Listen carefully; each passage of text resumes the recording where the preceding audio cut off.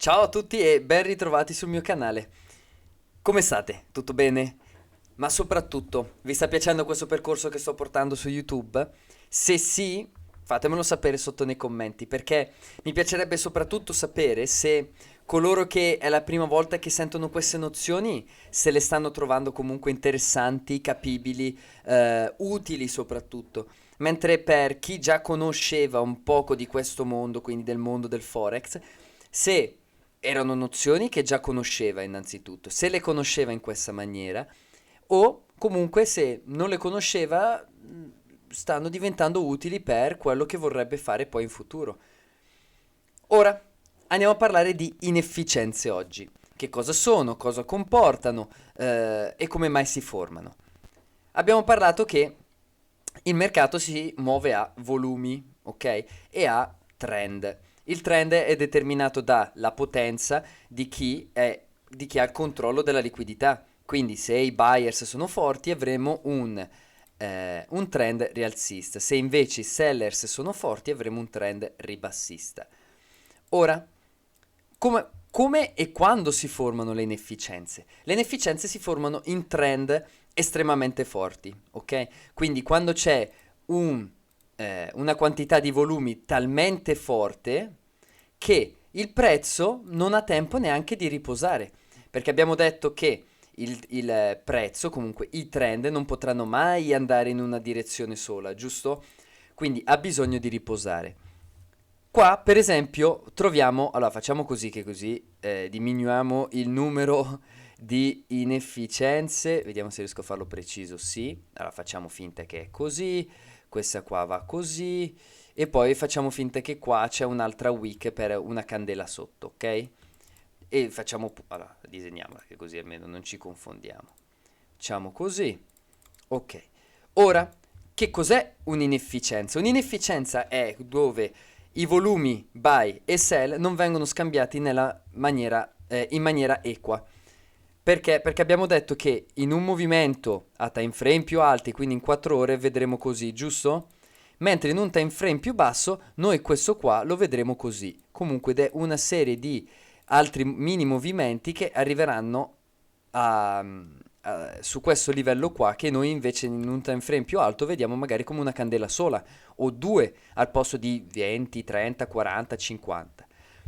Quindi cosa succede in un momento del genere? Significa che all'interno di questa candela, che facciamo finta è 4 ore, ci sono tante piccole candeline, giusto? Ma tutte queste piccole candeline non sono mai andate a coprire quello che è questo spazio vuoto, o comunque lo spazio lasciato dalla week precedente, ok? Quindi, mettiamo il caso, questo esempio qua, l'inefficienza sarebbe il punto che collega l'ultima week alla week della candelina dopo. Quindi, in questo caso noi avremo una inefficienza del genere. Andiamo a farla così. No, brutta così, così. No, ce la facciamo, eh? Ecco qua. Questa qui sarà la nostra inefficienza. Magari coloriamola di grigio dentro. Di grigino, si vede? Vabbè, sì, aumentiamo l'opacità. Ok. Questa qui sarà l'inefficienza. Perché? Perché il prezzo non è andato, non è stato scambiato in maniera equa all'interno di un certo time frame, all'interno di un certo periodo. Quindi, cosa succede? Questa zona, tutta questa zona qua, prima o poi dovrà essere ritoccata. Perché? Perché dovrà essere ribilanciata. Dovrà essere appunto colmata in modo tale da mettere equilibrio nel mercato. Perché il mercato si muove con equilibrio, anche se siamo in un trend forte a ribasso. Quello che sarebbe dovuto succedere magari era questa candela qua, al posto di andare giù direttamente, faceva un lavoro del genere, andava a toccare, si formava la wick e poi tornava giù. Questo sarebbe stato un bilanciamento fatto bene del mercato, perché non avrebbe lasciato spazi liberi. Però ci sarebbe stato da qua a qua come inefficienza. Ok? Adesso però andiamo a vedere cosa comporta. Quindi noi facciamo finta che stiamo andando verso il ribasso e c'è stata questa inefficienza. Nel momento in cui torniamo in un mercato rialzista, quindi demand, nel momento in cui torniamo in un mercato rialzista, quello che succede è che le zone di inefficienza lavoreranno come calamite. Calamiti. Perché? Perché appunto dobbiamo andare a ribilanciare una zona di vuoto che non è stata colmata dal prezzo. Perché? Perché dobbiamo sempre ribilanciare qualsiasi cosa. Ecco qua che c'è la calamita. Perfetto. Sembra più uno smile che una calamita. Comunque. E siccome deve succedere perché dobbiamo bilanciare il mercato, non è detto che succeda subito, ok? Può succedere anche dopo un mese, 2 mesi, 3 mesi, 4 mesi, 5 mesi, 6 mesi, 7 mesi. Non succede subito. Però proviamo ad andare a vedere un esempio pratico. Allora, vedete qua? Abbiamo una zona di inefficienza, ok?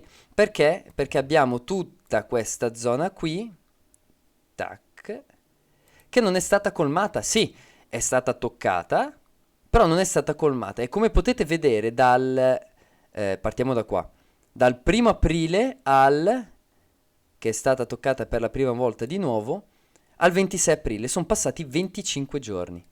Capite bene che è un bel periodo, è un bel periodo. Qua, per esempio, ancora non è stata colmata. Poi questa è stata colmata. Questa è stata colmata. Sono state colmate tutte, ovviamente nei limiti del time frame. Però cosa comportano anche? Cosa comportano? Comportano zone interessanti, zone di interesse soprattutto. Quindi mettiamo caso che noi siamo entrati by qua.